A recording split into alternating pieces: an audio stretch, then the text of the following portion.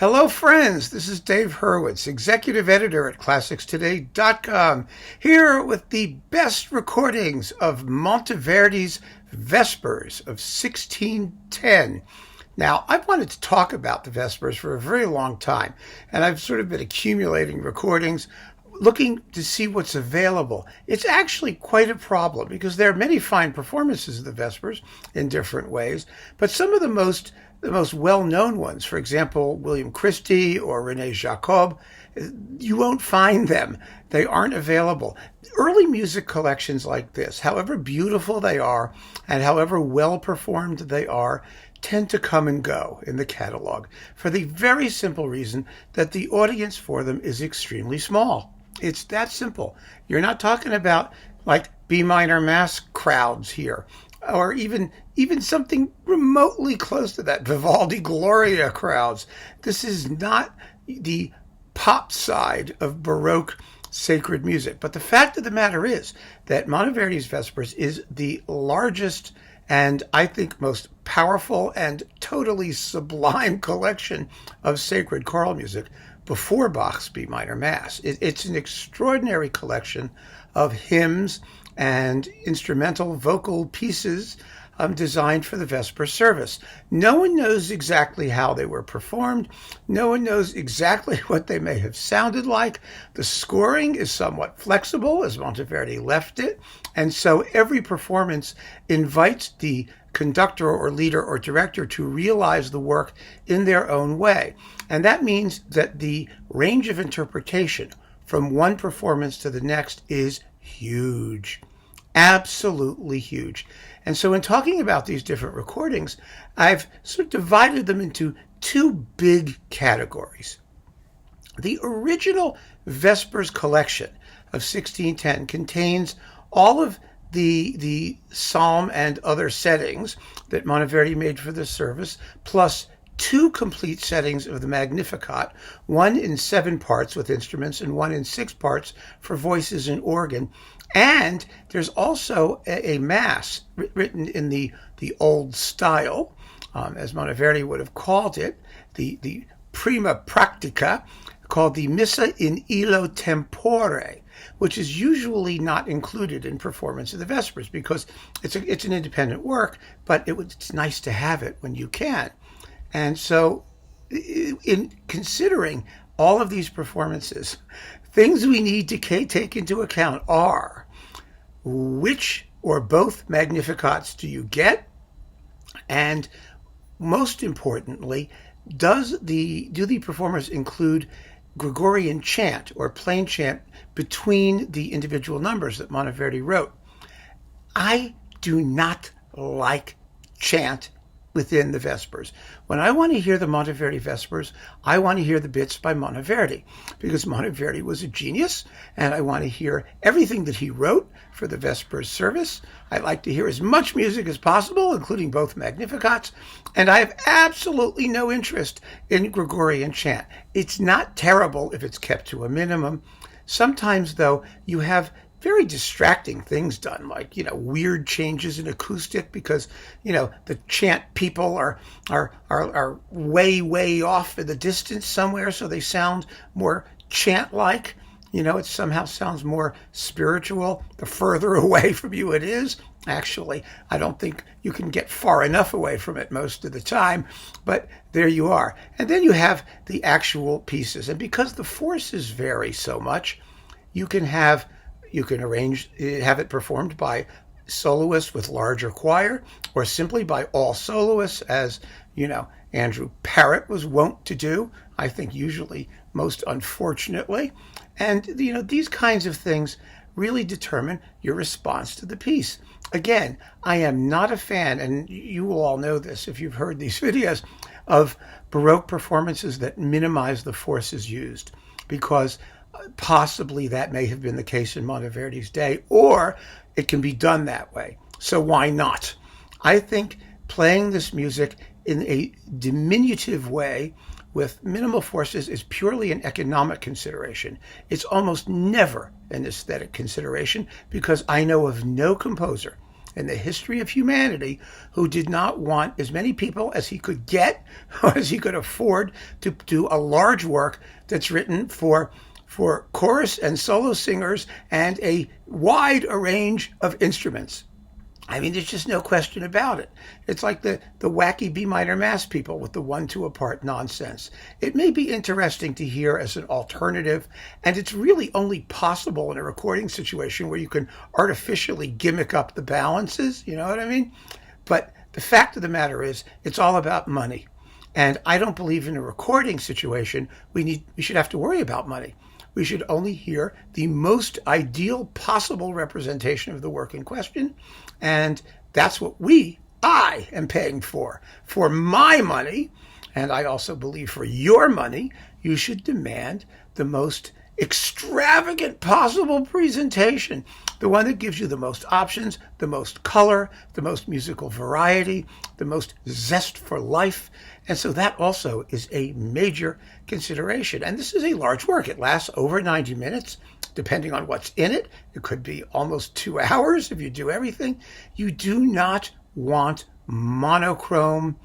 You do not want dynamically squashed. You do not want instrumentally restricted. You don't. It'll be boring, and you don't want to be bored. So I have divided my pile of like dozens of Monteverdi Vespers here they are, 2 piles, into 2 big piles. One pile does things, adds chant and other stuff to the music, sometimes rather perversely and unnecessarily, and others just gives it to us like Monteverdi wrote it and the way it came down to us, which is my preferred way to hear the work. But some of these performances are so extraordinary that I can forgive the chant interpolations. I mean, if they're tracked separately, as most of them are, you can skip them, which is perfectly fine with me. And if you want to hear them, you can listen to them once and you see what it sounds like that, and see if that appeals to you. So, without further ado, let us go through first the Monteverdi Vespers with other stuff. That other stuff can consist, like I said, of chant, but it can also consist of works by other composers. It can consist of rearrangements of what Monteverdi wrote. One performance that sort of does that is this one on Alpha with La Tempête, conducted by Simon-Pierre Bestillon. I hate this performance.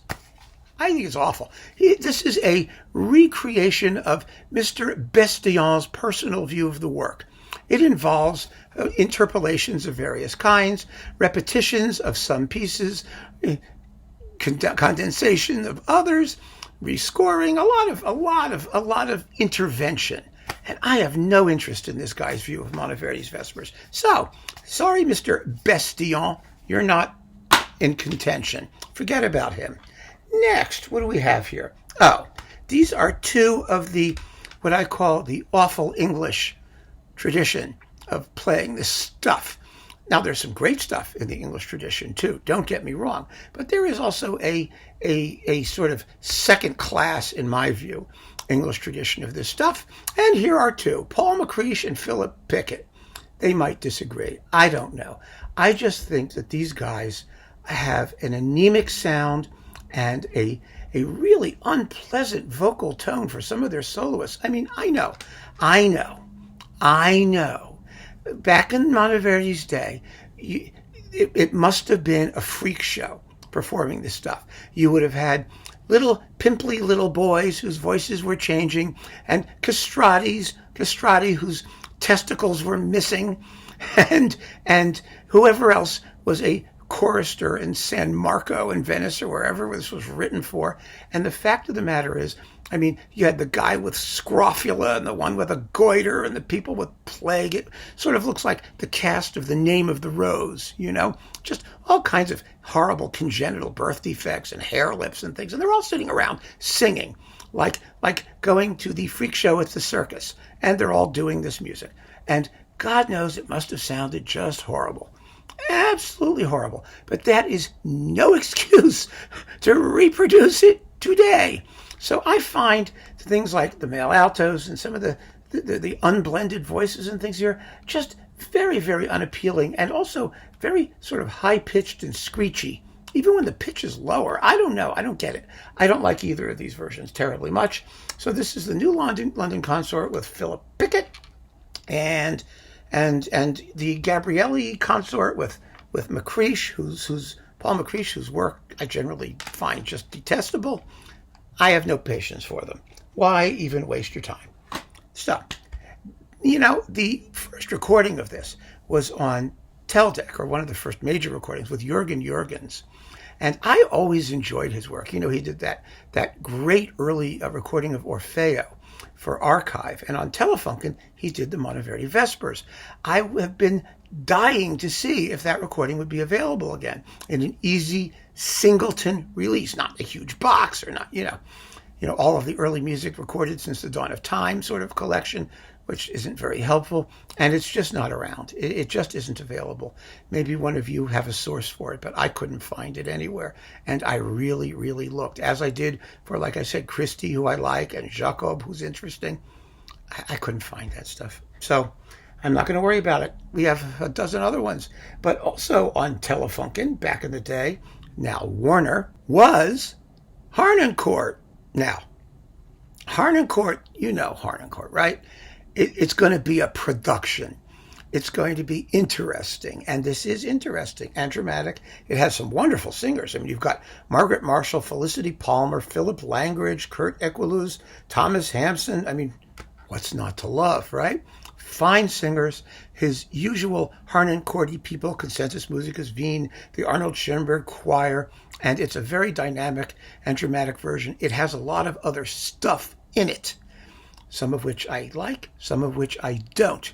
And so, this is a version to consider, but you ought to know, of course, that the conductor, Mr. Harnoncourt, is one of the main protagonists in the performance. So and also, he gets into his rhetorical thing, with like sometimes weird tempos and whatnot. But by and large, this is fun to listen to. It's a Vespers experience, and one of the better ones. However, there are three here. Yes, there are three performances that include plain chant interpolations that I really, really like. And they're quite different from each other. They really are. One of them is Martin Perlman with Boston Baroque on Telarc. This performance is what you might call an American performance, I guess. It's kind of just straight ahead, exciting, forceful, vigorous, lively, rhythmic, a little bit brash, kind of fresh and shiny, not particularly spiritual. I don't know. I don't know if any of those qualities are American or not, but I know that if I say I like this, some people are going to write in the comments and say, oh, you're just saying that because he's American. So I might as well just suck it up. Yeah, I'm American, and I like this because it's really lively and exciting. Absolutely marvelously performed and sung, and of course recorded. It's just beautiful. So that's one of the ones to have. The other one, however, which I'm not supposed to like because I'm American, but love, is Saval. This is gorgeous, absolutely beautiful, and it was recorded in some basilica in Italy, and very, very well recorded, I might add. I like the warmth of these Mediterranean voices.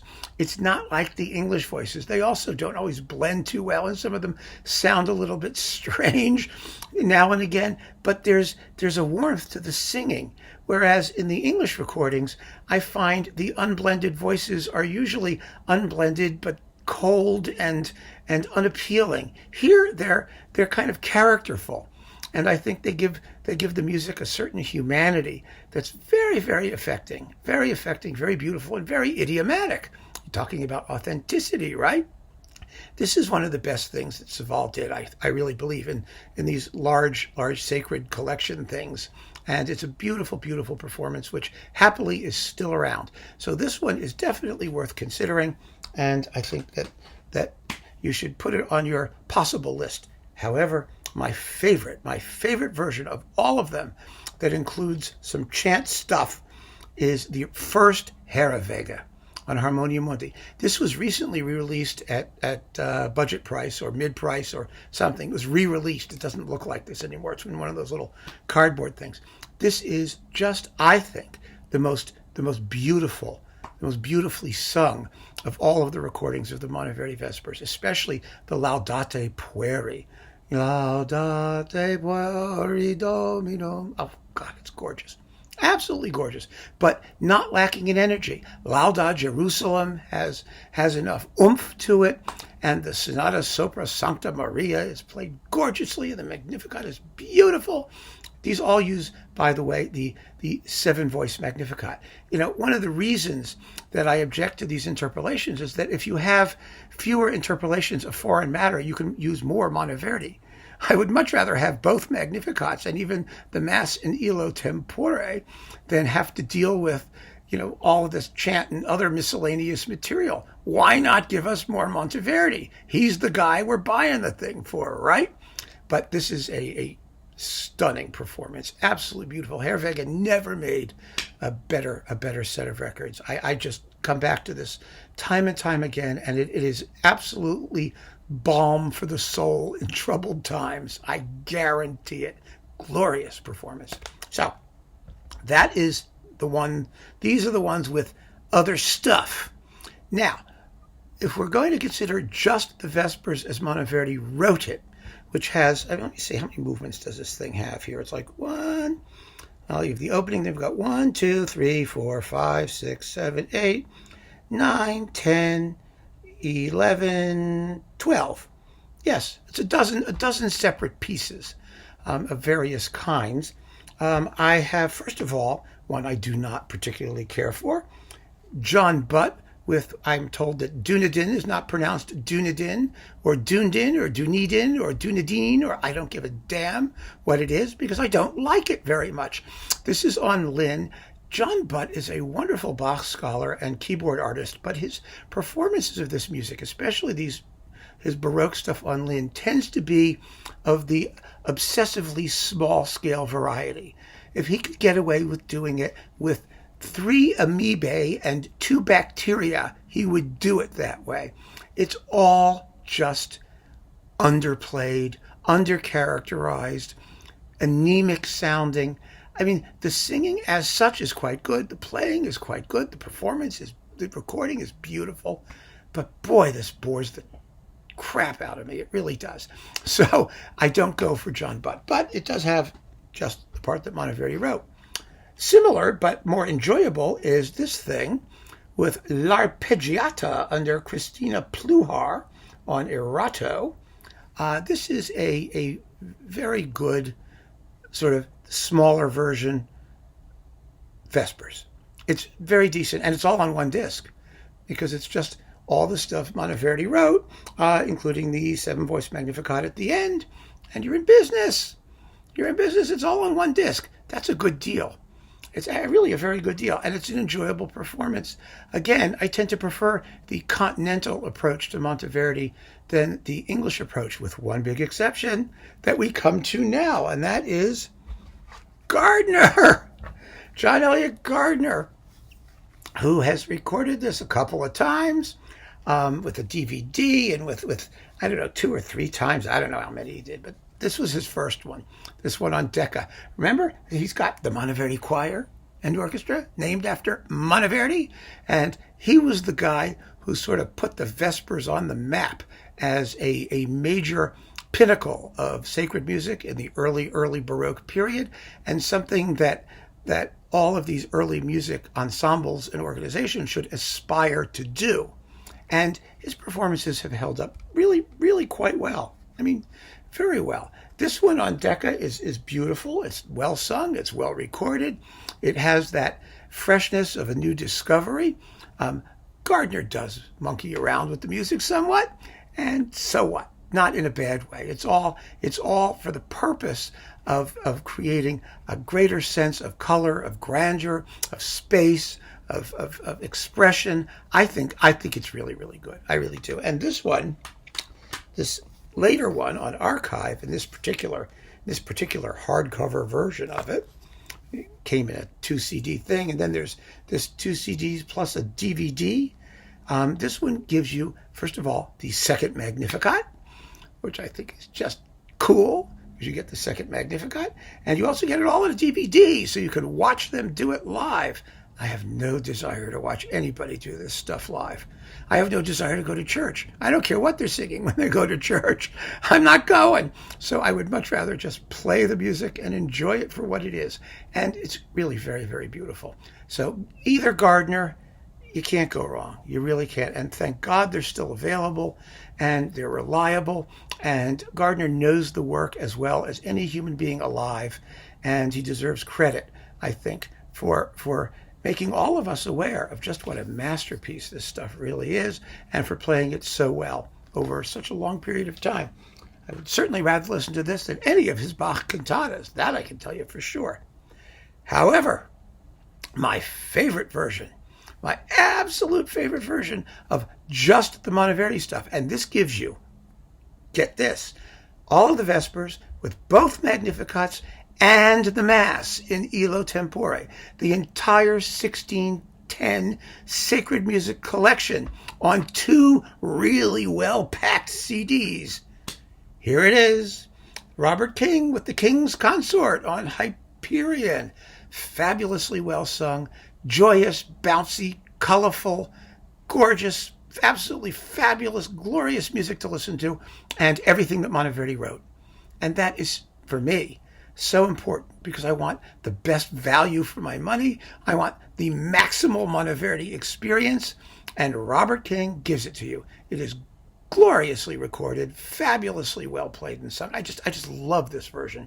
It's as good as Herr.